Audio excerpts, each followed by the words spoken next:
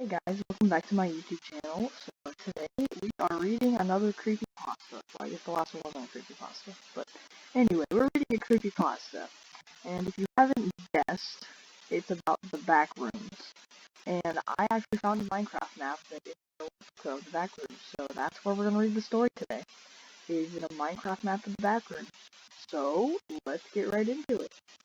It was approximately 12:15 when I entered the Johnson County Community Health Clinic. I was there for an appointment I had set up weeks ago, just a routine checkup. It wasn't a new place for me, I'd been there a couple of times before. However, the place had an old, nostalgic feel to it, as if it were a location from my childhood or something, and I could never pinpoint exactly what this feeling was or where it came from. As I walked in, an overwhelming feeling of deja vu swept over me.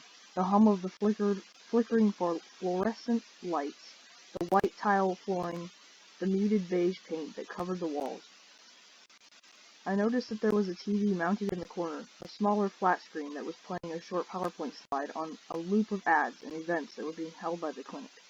I passed the empty waiting area, a small area of main rooms with magazines, children's playthings, and blue cushioned chairs, and approached the woman at the front desk. She was sitting in her bluish-gray office chair, looking at a spreadsheet on the same Windows XP desktop they've had since 2008. There was a sign-in sheet on the counter in front of me. "I have an appointment with Dr. Pevins," I asked. "What time?" "12:30, I replied. She began typing something into her keyboard. "Ah, yes," she responded. "Gary Johnston." "Mm-hmm.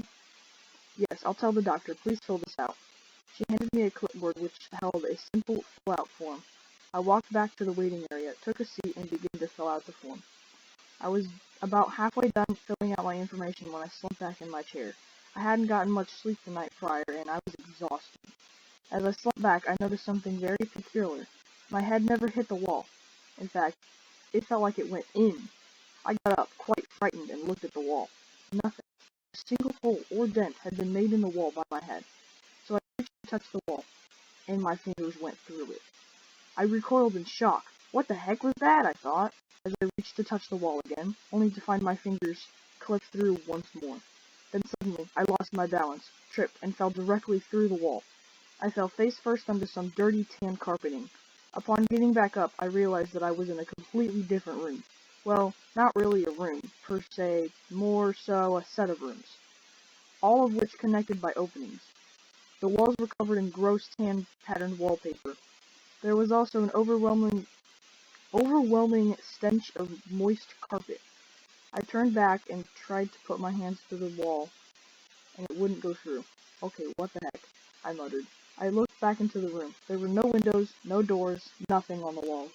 Other than that disgusting wallpaper, of course. It was completely empty, aside from a singular plastic blue school chair.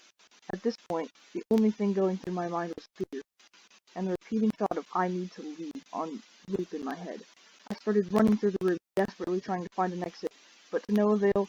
There was no exit. Was this my permanent location until I died? No, there had to be a way out. I wasn't just going to be left here, right? Eventually someone would notice that I was gone, but nobody did. And in the distance I heard footsteps, but not those of humans. At least, not a normal human.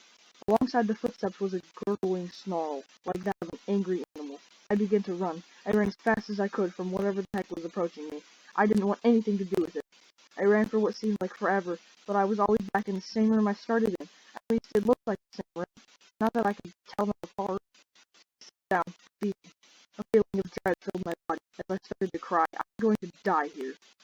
I'm still there. Haven't left. I've accepted my fate. In fact, I can hear footsteps. I wonder who that is." Thank you guys for watching, and I hope you have a great and fantastic rest of your day.